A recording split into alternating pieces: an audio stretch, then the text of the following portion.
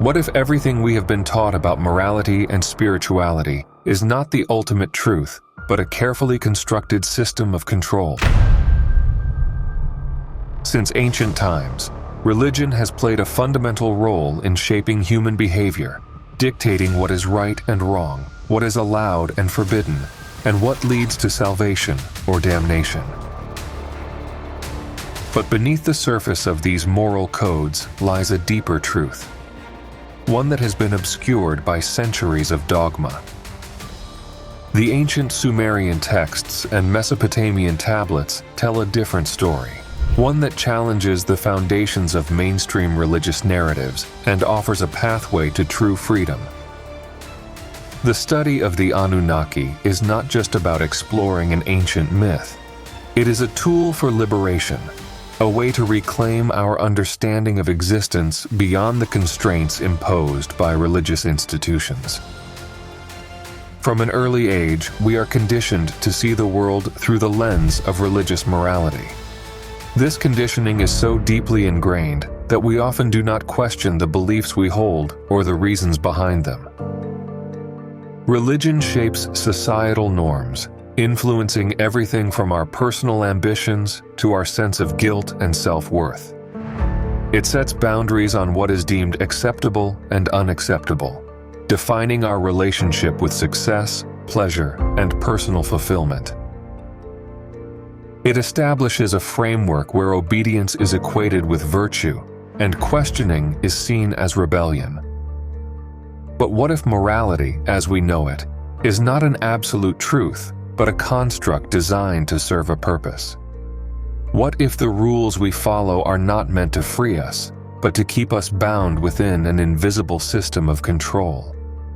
Many of the limitations we impose on ourselves are not inherent to human nature, but are a direct result of religious indoctrination. Some of the most widespread limiting beliefs include the idea that wealth and spirituality are opposites, that to be pure, one must reject material success. This belief discourages self-sufficiency and reinforces dependence on religious institutions for guidance and salvation. The notion that following one's desires is inherently sinful fosters guilt and self-denial, preventing people from fully embracing their own power and potential. The belief that past a certain age, it is too late to change, to pursue dreams, or to seek new knowledge ensures that individuals remain within the familiar confines of their religious and social upbringing, limiting personal growth and evolution. If these beliefs have been ingrained in us since childhood, how can we know if they are truly ours? Have we ever taken the time to question the foundations of our moral compass, or have we simply accepted them as given truths? If we were not born into a world where these ideas were taught, would we still believe them? True liberation begins with inquiry, with the courage to ask, what do we really believe and why? Religion has long been a force shaping human consciousness, influencing not only individual behavior, but also the structures of entire civilizations. From the earliest societies, religious institutions have established moral frameworks that dictate what is deemed right or wrong, often reinforcing these norms through a combination of divine authority and social pressure.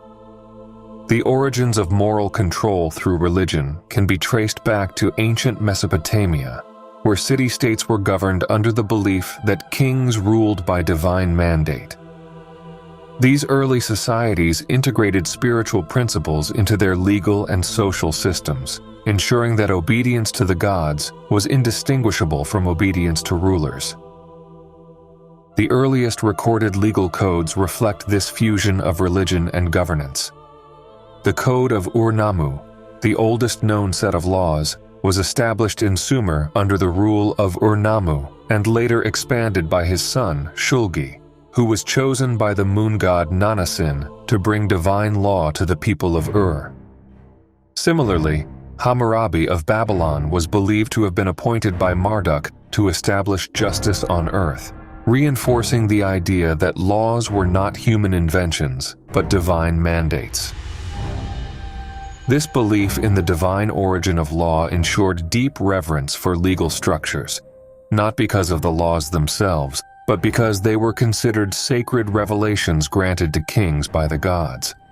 Over time, this practice evolved into formalized religious institutions that wielded immense power over human thought and behavior. By defining morality in absolute terms, these institutions created systems where deviation was met with punishment, whether in this life or the afterlife. The human mind, at birth, is not an empty slate, but a foundation upon which cultural and moral values are inscribed. The notion of tabula rasa has long been used to describe the way individuals are shaped by their environment, molded from an early age through education, religious teachings, and social expectations. Religious morality does not arise naturally, but is carefully cultivated and reinforced through collective beliefs, rituals, and societal structures, serving as a means of shaping human behavior and maintaining societal order. This process is neither arbitrary nor neutral. It is intentionally designed to instill specific values that align with the interests of religious and political authorities. By embedding moral codes into cultural traditions and everyday practices, religious institutions ensure that these beliefs become second nature, internalized by individuals from a young age and perpetuated across generations. The perception of right and wrong is deeply influenced by culture, which encompasses beliefs, customs, traditions, religious practices, and artistic expressions that shape societal norms and define ethical boundaries. Moral values, in turn, serve as guiding principles for human behavior, while ethical reflection provides a rational analysis of these values, leading to philosophical inquiries about right and wrong. Different cultures establish distinct moral codes, reflecting their unique historical, social, and spiritual contexts. Ethical relativism suggests that morality is subjective and contingent upon cultural, social, or individual perspectives rather than universal truths. Through this lens, religious morality can be understood as a construct designed to reinforce social cohesion and regulate individual actions, rather than an inherent or immutable system of ethical values. Institutions that hold authority over cultural and spiritual norms construct sacred narratives to unify and regulate society, ensuring that moral values align with their interests. The process of moral instruction begins in childhood, when religious teachings are presented as absolute truths, instilling a rigid framework that governs perceptions of morality. Through catechesis and other forms of religious education, young minds are molded before they have the cognitive ability to question or challenge these teachings. They are trained to accept hierarchical structures, the necessity of obedience, and the notion that their actions are constantly being observed and evaluated. The fear of divine punishment and the promise of eternal reward become deeply embedded psychological mechanisms that guide behavior even into adulthood. Even those who later distance themselves from religious institutions often carry the imprint of these early teachings, manifesting as ingrained guilt, rigid moral absolutism, or a subconscious need for external validation. The concept of religious morality has functioned as a tool for imposing social order, reinforcing conformity, and discouraging individual questioning. Religious institutions position themselves as intermediaries between humans and the divine, claiming exclusive access to moral truth. This arrangement makes it possible for those in power to dictate not only laws, but also the inner moral compass of entire populations. With concepts such as sin, redemption, and divine retribution, individuals are conditioned to regulate their own behavior through fear, guilt, and obligation. The emergence of monotheistic religions intensified this process, consolidating moral authority into a singular, omnipotent deity whose judgment was inescapable. In this framework, personal autonomy is surrendered in favor of obedience, and morality becomes less about individual ethical discernment and more about adherence to institutional doctrine. As societies evolve, the function of religious morality shifts, but its influence remains pervasive. While traditional religious dogma may lose direct authority in some regions, its ethical structures continue to shape political ideologies, social norms, and legal systems. The moral codes originally dictated by religious institutions become so deeply entrenched in cultural consciousness that they are accepted as universal truths rather than recognized as constructs designed to serve specific institutional interests. This makes it difficult for many to conceive of ethics outside of a religious framework, as morality has been systematically presented as inseparable from divine decree. However, by understanding how these belief systems have been constructed and perpetuated, individuals can begin to separate genuine ethical principles from institutionalized moral control.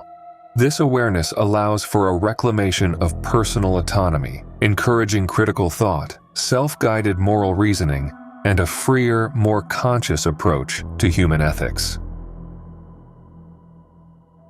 Dogma has been one of the most powerful instruments of control wielded by religious institutions throughout history.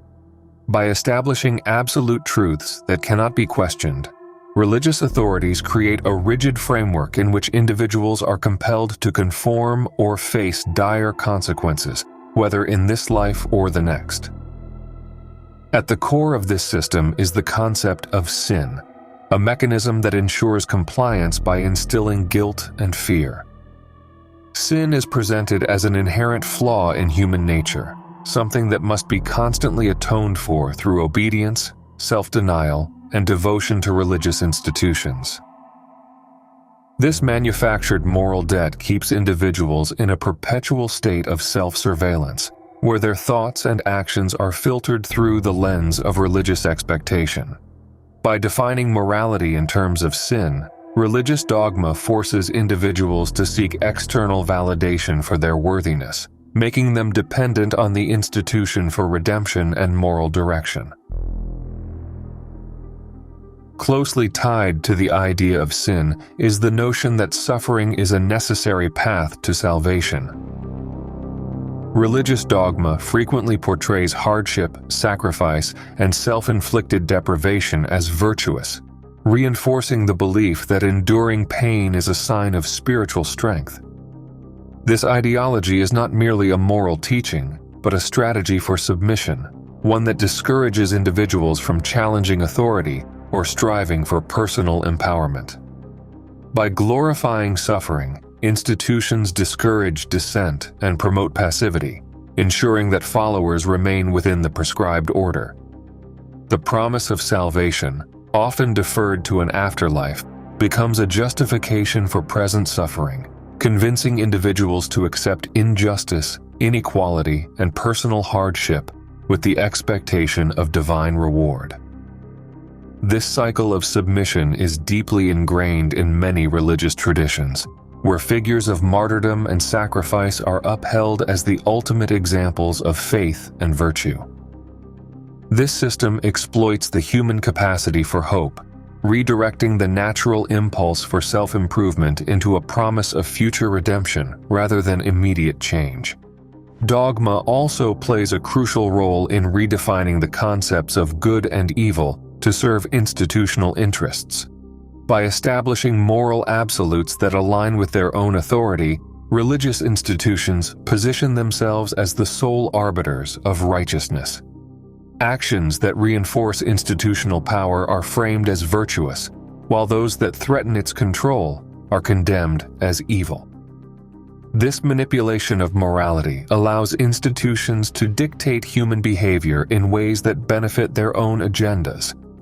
Whether through political influence, social engineering, or economic gain. Historically, religious decrees have justified wars, conquests, and inquisitions under the guise of moral imperatives, demonstrating how dogma can be weaponized to maintain dominance. Those who conform to religious dogma are rewarded with community acceptance and spiritual validation, while those who challenge it face social ostracization, eternal damnation, or worse. Over time, this system creates a culture where independent thought is not only discouraged, but actively suppressed, as individuals internalize the belief that questioning religious authority is synonymous with moral failure.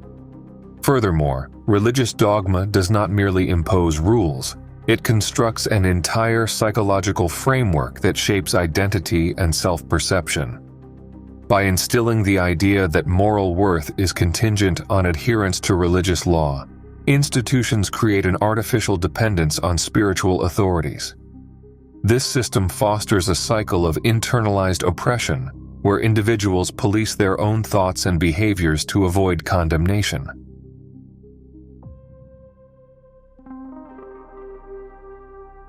The notion that morality is inseparable from religious doctrine reinforces the idea that human beings are inherently flawed and incapable of determining right from wrong without divine guidance.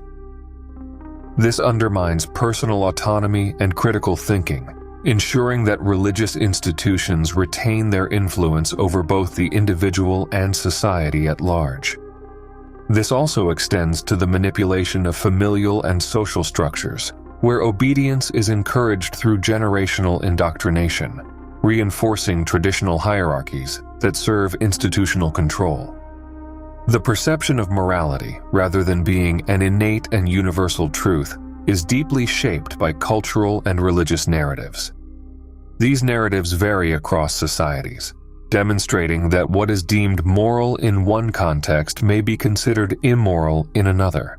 The intertwining of morality and religious dogma means that ethical values are often dictated not by objective reasoning, but by traditions designed to reinforce authority. This leads to moral relativism, where concepts of good and evil become tools that shift according to institutional needs, rather than principles that genuinely serve human well-being. By understanding that morality is a social construct, individuals can reclaim their ethical autonomy, moving beyond imposed doctrines and developing a moral compass guided by reason, empathy, and personal integrity. By recognizing how dogma has been constructed and imposed, we can begin to dismantle the psychological chains that have constrained human potential for centuries. The process of breaking free from dogmatic control requires critical examination of the origins of religious morality and the motivations behind its enforcement. Understanding that moral frameworks are not inherently divine but socially constructed allows individuals to reclaim their ethical autonomy. True spiritual and intellectual liberation begins with the courage to question, challenge, and redefine morality on one's own terms, free from the constraints of institutional doctrine. The path to freedom lies not in blind adherence, but in the conscious pursuit of knowledge, self-awareness, and an understanding of the historical forces that have shaped belief systems. Only by deconstructing these narratives can individuals break the cycle of psychological and spiritual subjugation, forging a path toward true self-determination. The image of a judgmental, punitive God is one of the most enduring constructs of religious institutions, shaping not only theological beliefs, but also the psychological framework of entire societies. This concept did not arise naturally, but was deliberately crafted to serve as an instrument of control. Early civilizations, particularly in Mesopotamia, viewed their deities as powerful, but not necessarily moralistic in the way later religions would define. The gods of Sumer and Babylon were often depicted as rulers, lawgivers, or cosmic architects, rather than omniscient moral judges. However, as religious institutions centralized authority, they anthropomorphized the divine, giving it human-like qualities such as anger, vengeance, and the need for obedience. This shift transformed the perception of the divine from a complex, multifaceted force into an all-seeing enforcer of absolute laws, ensuring that individuals not only believed but feared the consequences of disobedience. One of the most effective tools in maintaining this system of divine judgment was the introduction of the concept of hell and eternal punishment. Ancient Mesopotamian cultures did believe in an underworld, but it was not originally a place of torment for moral transgressions. Rather, it was a shadowy existence where all souls, regardless of their deeds in life, would eventually go. The transformation of this neutral afterlife into a realm of horrific suffering was a later development, strategically designed to reinforce religious obedience. The notion that failing to comply with religious dogma would result in eternal suffering created a powerful psychological deterrent against questioning authority. It instilled a pervasive fear that followed believers throughout their lives, making religious morality inseparable from personal security. This fear was not just about the afterlife, it was a means of controlling behavior in the present, ensuring that individuals internalized religious law as an unquestionable reality. Fear, more than faith, has been the cornerstone of religious control. The omnipresent threat of divine punishment, whether in the form of personal misfortune, social exclusion, or eternal damnation, ensures conformity to institutional doctrine. This fear is deeply embedded into cultural traditions, taught from childhood, and reinforced through rituals, prayers, and communal expectations. It discourages independent thought, as questioning the established order is equated with inviting divine wrath. In many religious traditions, doubt itself is framed as a sin, making it nearly impossible for adherents to escape the psychological grip of the system. The power of fear as a control mechanism is so strong that even those who move away from formal religious practice often carry its psychological imprint, experiencing guilt, anxiety, or existential dread when confronted with alternative perspectives. Religious institutions have further manipulated the perception of God by presenting him as an unrelenting judge whose wrath must be appeased.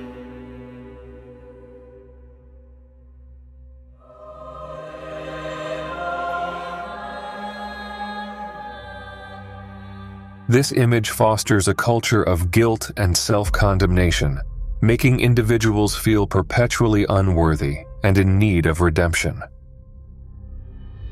The idea that humanity is inherently sinful reinforces the need for an external savior, a doctrine that deepens the reliance on religious authority. This punitive vision of God is mirrored in the way societies governed by religious doctrines often embrace punitive measures, emphasizing retribution over restoration. A punitive God creates punitive people, those who judge, condemn, and punish others in the same way they believe God does. This belief system has justified centuries of war, violence, and oppression under the guise of divine justice. Another dangerous distortion is the portrayal of God as a distant, indifferent force. This conception leaves believers feeling abandoned, struggling to reconcile suffering with the idea of an all-powerful being. If God is detached from human affairs, then human suffering appears meaningless, fostering apathy and resignation. This image of a distant God discourages engagement with the world, leading to moral complacency and a lack of compassion for others. However, to maintain control over believers, religious institutions have introduced a counterpart to this distant God: the figure of Satan, the deceiver, the eternal enemy of faith. The devil serves as the ultimate scapegoat, a convenient explanation for any doubts, independent thoughts, or moral questioning that arise. Whenever someone begins to challenge doctrine, question the actions of religious leaders, or seek spiritual truths outside of institutional teachings. They are warned that such thoughts are the work of the devil attempting to lead them astray. This narrative ensures that questioning authority is not seen as an exercise of free will, but as a dangerous flirtation with evil. Furthermore, the concept of hell and eternal punishment is deeply tied to this dynamic. Any deviation from religious obedience is framed as a path toward damnation, where Satan waits to claim rebellious souls. This system effectively traps believers in a cycle of fear, ensuring that they remain obedient not out of love or spiritual fulfillment, but out of terror of being cast into darkness. The notion of an exclusive God compounds these distortions, fostering religious elitism and intolerance. Many religious institutions promote the belief that their doctrine alone is the path to salvation, using this exclusivity to consolidate power and discourage exploration of alternative spiritual perspectives. This leads to dehumanization of those outside the faith, making it easier to justify exclusion, discrimination, and even violence in the name of religious purity. The concept of divine exclusivity serves to divide humanity rather than unite it, reinforcing hierarchical structures that prioritize obedience over genuine spiritual connection. By understanding how these distorted images of God have been deliberately constructed, we can begin to dismantle the psychological barriers that have kept humanity bound to cycles of fear and obedience. Recognizing the origins of these oppressive doctrines allows us to challenge their validity, reclaim our spiritual autonomy, and embrace a broader, more empowering vision of our place in the universe. True spirituality is not about fear, exclusion, or submission to an institution.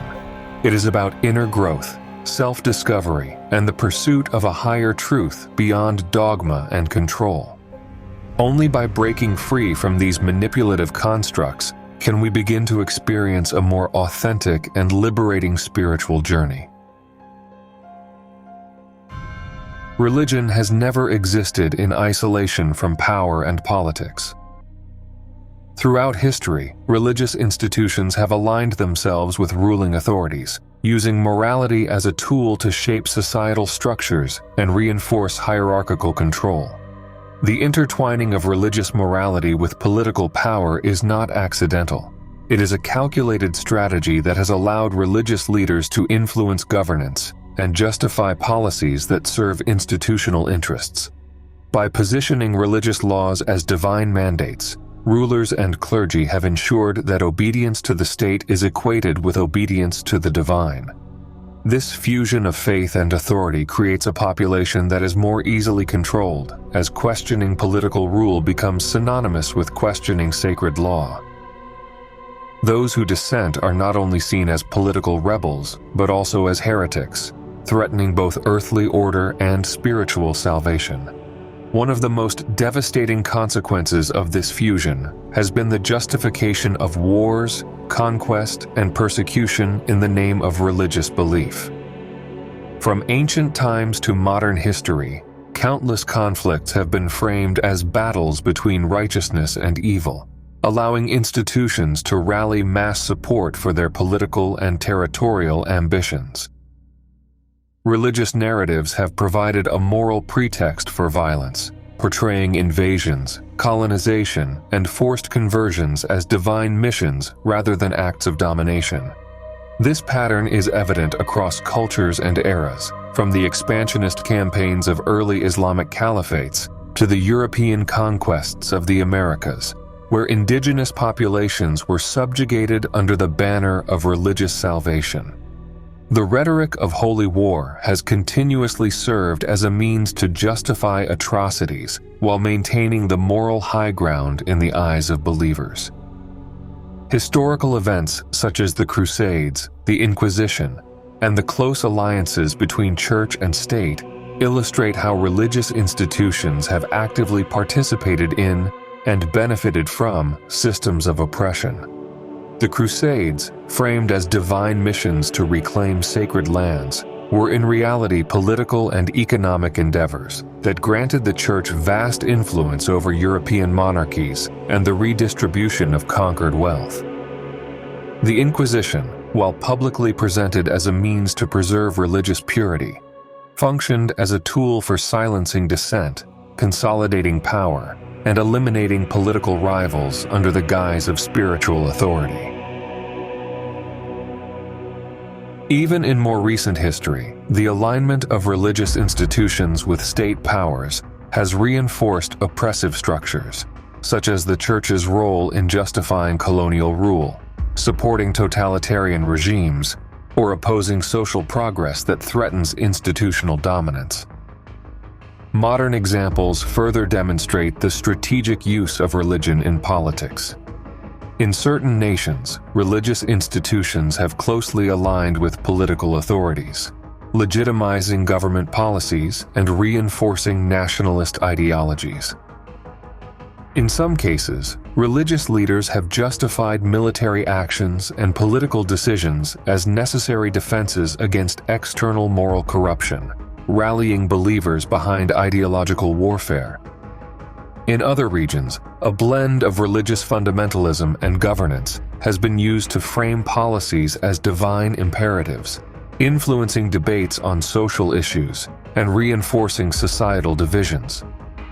Elsewhere, governments have pursued aggressive policies to mold religious institutions to fit state ideology, altering sacred doctrines to align with political narratives and suppressing religious minorities under the pretext of maintaining national unity.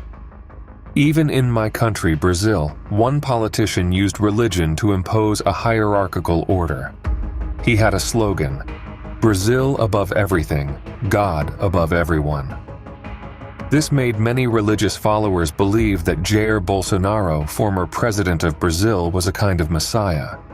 However, his public policies proved to be far from this ideal.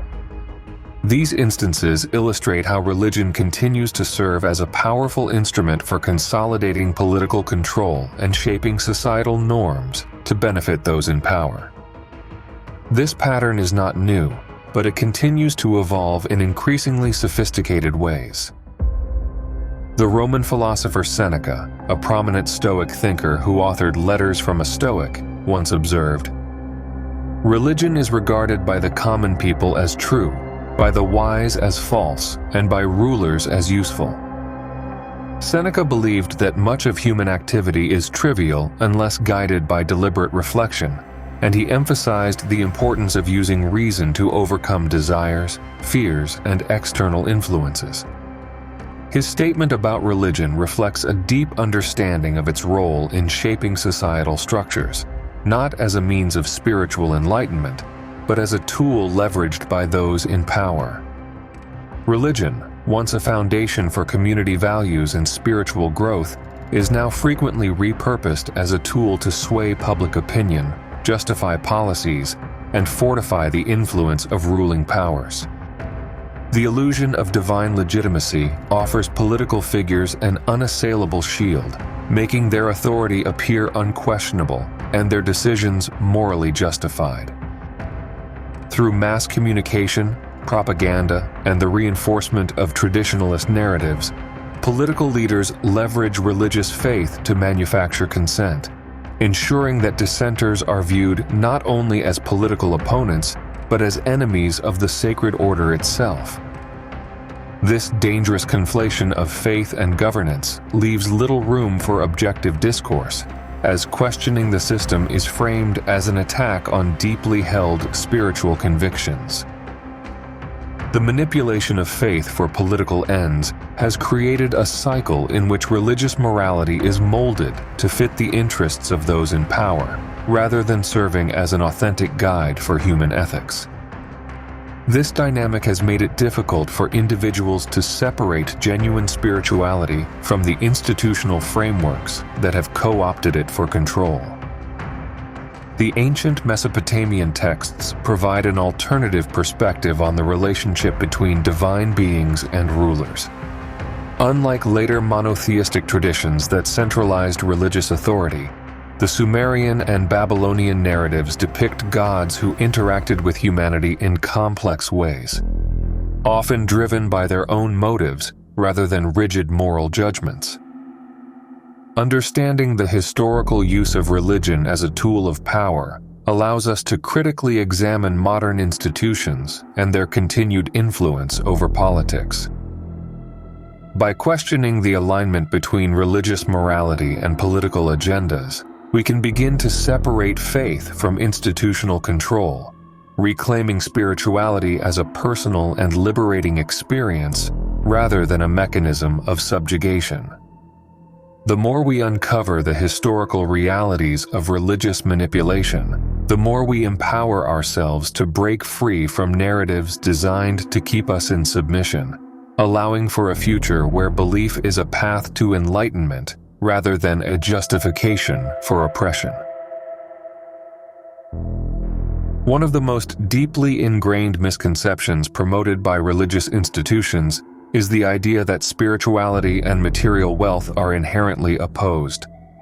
This belief has been perpetuated for centuries, creating a false dichotomy where one must choose between being spiritually enlightened or financially successful. By presenting material wealth as a corrupting force and glorifying poverty as a sign of purity, religious dogma has shaped societal attitudes toward prosperity, instilling guilt in those who seek financial independence. However, this notion is not a universal truth, but rather a strategic narrative designed to reinforce dependence on religious institutions. If followers are conditioned to view wealth as a moral failing, they become less likely to seek personal empowerment and more likely to remain subservient to religious authority. Religious institutions have historically discouraged financial independence because economic autonomy translates to personal freedom. When individuals are financially self-sufficient, they are less reliant on the church or religious organizations for support, guidance, and security. Many religious traditions promote the idea of tithing or charitable giving, often suggesting that wealth should be relinquished in service of the divine. While generosity and helping others are valuable principles, the institutional enforcement of financial sacrifice has often served to enrich religious organizations rather than truly uplift communities. Throughout history, clergy and religious elites have accumulated vast fortunes while encouraging their followers to embrace modesty and self-denial. This dynamic ensures that the flow of wealth remains concentrated in the hands of religious authorities, further solidifying their influence over believers. The distortion of spiritual teachings to impose psychological limitations is another key aspect of this strategy. Many religious texts contain wisdom that, when interpreted correctly, can empower individuals to achieve both spiritual and material abundance. However, institutionalized religion often reinterprets these teachings to emphasize submission, suffering, and renunciation. Concepts such as humility, detachment from worldly possessions, and self-sacrifice are frequently emphasized in a way that discourages ambition and self-improvement. This not only limits individuals' potential, but also creates an internal conflict where success is viewed with suspicion and guilt. Those who break free from these imposed limitations often experience a sense of betrayal or fear of divine punishment, further reinforcing the cycle of financial and psychological dependency. At the same time, there exists a contradiction within religious institutions that both condemn wealth and exploit it for their own benefit. While believers are taught to embrace poverty as a virtue, many religious organizations amass enormous financial power, constructing lavish places of worship, acquiring land, and wielding economic influence over entire communities.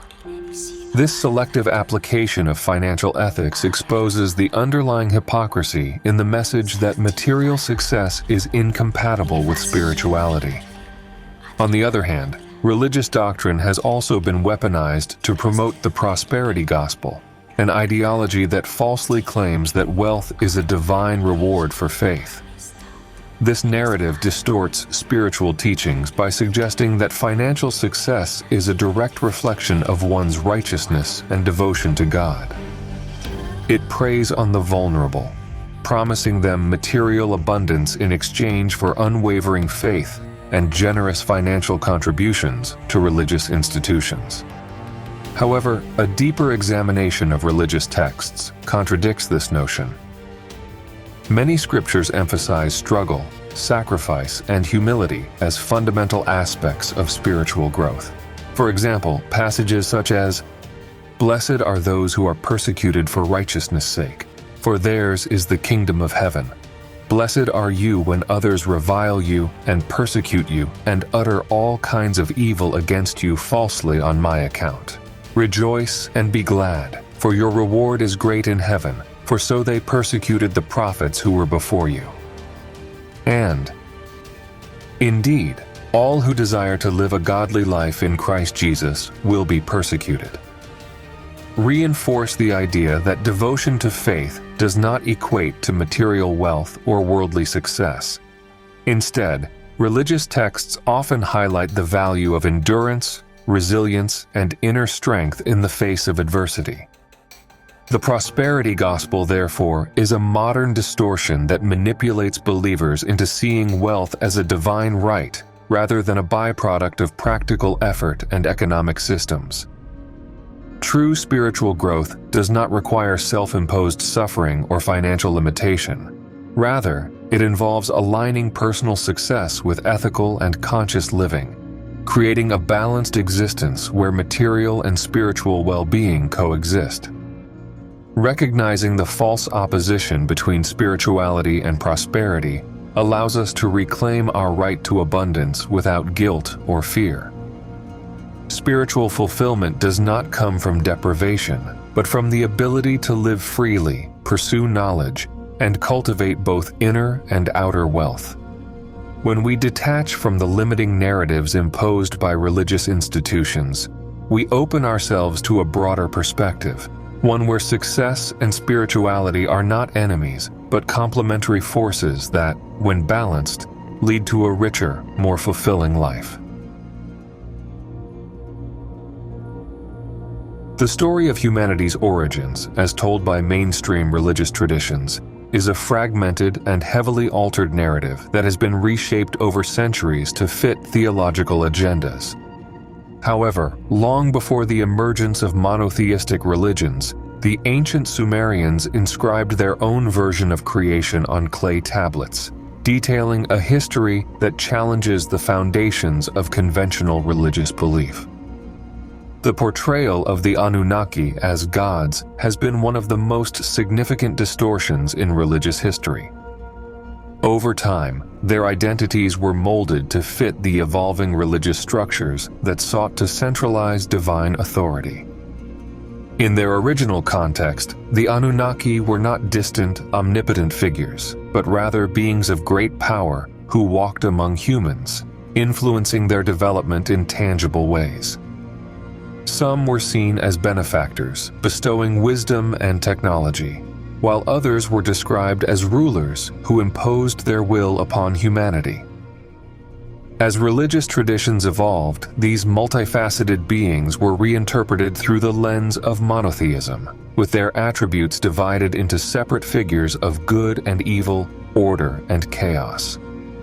The transition from polytheism to monotheism necessitated the simplification of divine roles, leading to the creation of a singular deity who embodied both judgment and mercy. This restructuring erased the nuanced relationships described in Sumerian texts, replacing them with a rigid moral framework that positioned humanity as inherently sinful and in need of salvation. One of the most profound shifts that occurred in this transformation was the redefinition of divinity itself. In the Sumerian accounts, the Anunnaki were not concerned with absolute moral law or eternal judgment. They engaged with humanity not as distant deities, but as active participants in human affairs, guiding, teaching, and sometimes manipulating events to serve their own interests. This view of divinity as interactive rather than authoritarian was gradually replaced by the monotheistic model of a singular, omnipotent God who demands obedience and punishes transgression. The transition to a judgmental God served institutional purposes, reinforcing structures of power and control. The fear of divine punishment became a tool to ensure societal conformity, while the promise of salvation was used to maintain dependence on religious authorities. True spirituality has long been obscured by the institutional frameworks of religion, which have sought to define and control humanity's connection to the divine. Religion often presents itself as the sole legitimate path to spiritual understanding, yet faith and religion are not synonymous.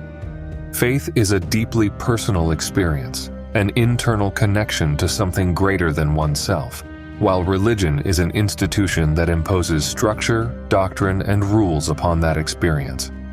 The conflation of the two has led many to believe that spiritual enlightenment can only be achieved through adherence to religious dogma.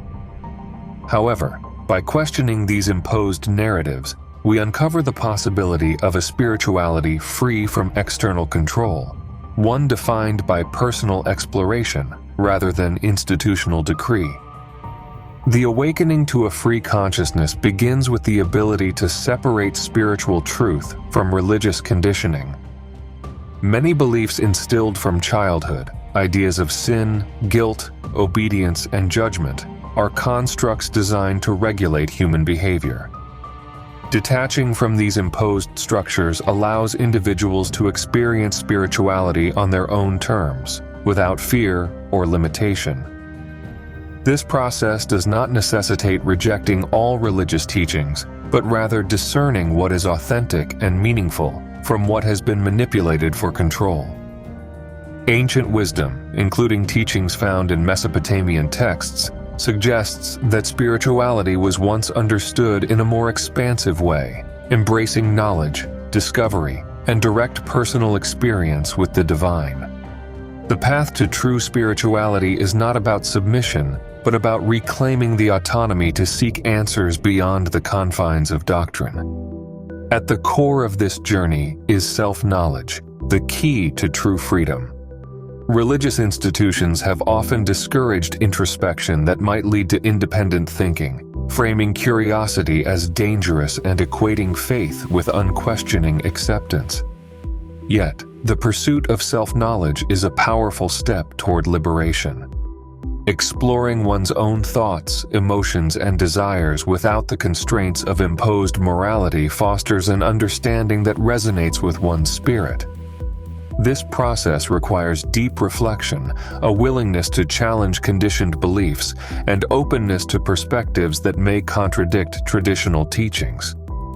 The ancient Sumerians, through their texts and myths, recognized the importance of self-awareness and the pursuit of wisdom.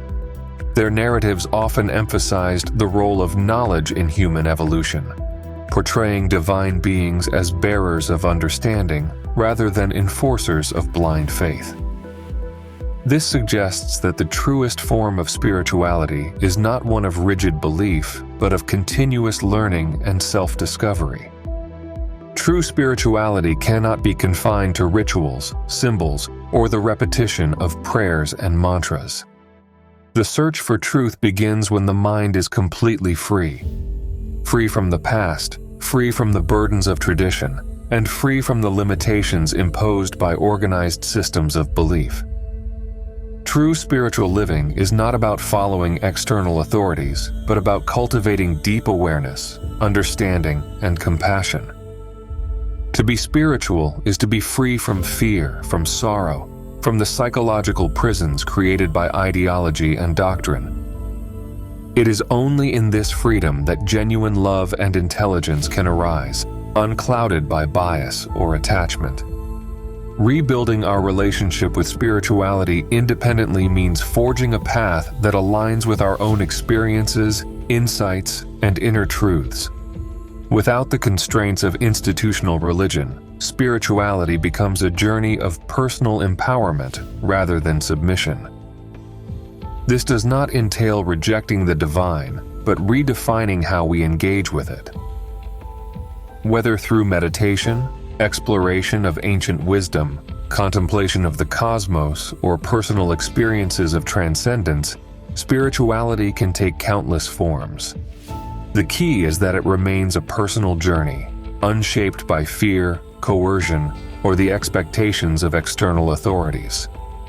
True spirituality is not found in doctrine, but in the ability to connect with the universe, others, and oneself in ways that foster growth, understanding, and liberation.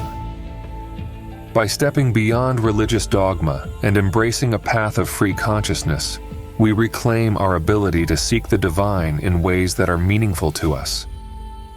Ancient texts remind us that spirituality was never meant to be confined to rigid laws or institutions. It was always intended as an exploration, a quest for deeper truths that transcend human-imposed limitations.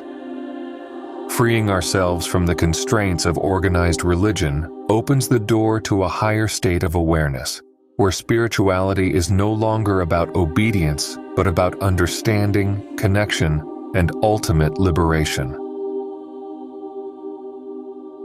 By challenging the dominant religious narratives, we can begin to reclaim our own spiritual autonomy, separating faith from institutional control. The path to true spirituality is not found in blind adherence to doctrine, but in the pursuit of self-knowledge and free consciousness. To break free from the constraints of religious manipulation, we must embrace critical thinking and the willingness to question everything we have been taught. This journey requires us to analyze not only the teachings of religious institutions, but also the beliefs we have internalized. Beliefs about morality, wealth, suffering, and salvation. When we recognize that many of these ideas have been designed to maintain control rather than to guide us toward enlightenment, we gain the power to redefine our own spiritual path. True freedom does not come from obedience, but from the courage to seek truth on our own terms. Now is the time to step beyond the limitations imposed by religious dogma and embrace a broader, more empowering perspective on spirituality. We are not bound by ancient laws that no longer serve us, nor are we destined to live in fear of divine punishment. The knowledge preserved in the Mesopotamian texts, along with the insights of countless other ancient traditions, reminds us that spirituality is meant to be a journey, one of exploration, understanding, and personal growth. The ability to choose our beliefs, rather than accept them without question, is the foundation of true enlightenment. It is through this questioning that we liberate ourselves from centuries of imposed morality and reclaim our right to spiritual autonomy. The path forward is one of awareness, inquiry, and self-empowerment. By breaking free from fear and embracing knowledge, we open the door to a deeper, more authentic connection with the universe and with ourselves. The choice is ours to make. Will we continue to follow the paths dictated to us, or will we forge our own? If your answer is to choose your own path, join me on this journey. Choose your next video, hit the like button, share this content, and subscribe to the channel. See you in the next video.